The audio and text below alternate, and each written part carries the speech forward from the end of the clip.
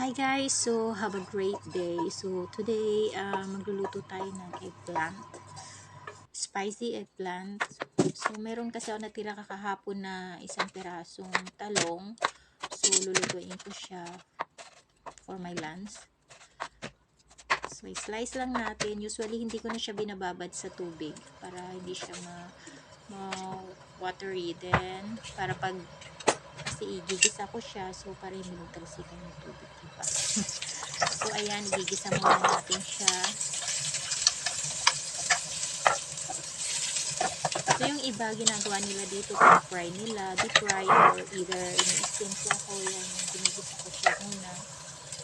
So, hanggang sa lumambot siya ng konti.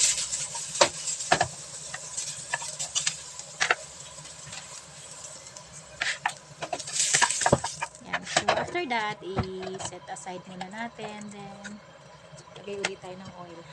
So fat. Daming oily ba? Then, gisa na natin yung bawang at saka yung sili. Then, saglit lang natin i-saute. Then, lagay na natin yung talong. Ayan. So, lalagyan ko na siya ng sauce. So, lagyan ko siya ng chili bean paste at saka itong choco paste. So, hindi ko na ito nilalagyan ng salt kasi nga yung chili bean paste is medyo maalat pa yung chili paste is maalat yun. Then, nilagyan ko lang siya ng sugar. Tapos, lagyan ko siya ng konting cream powder para masa.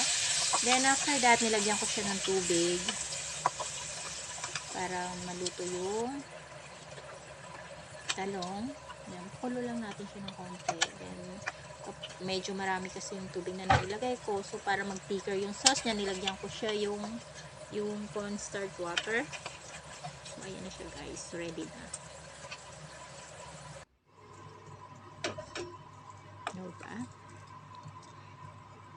Ayan. Ready na ang aking ulam for lunch. So, thank you for watching guys. So, God bless.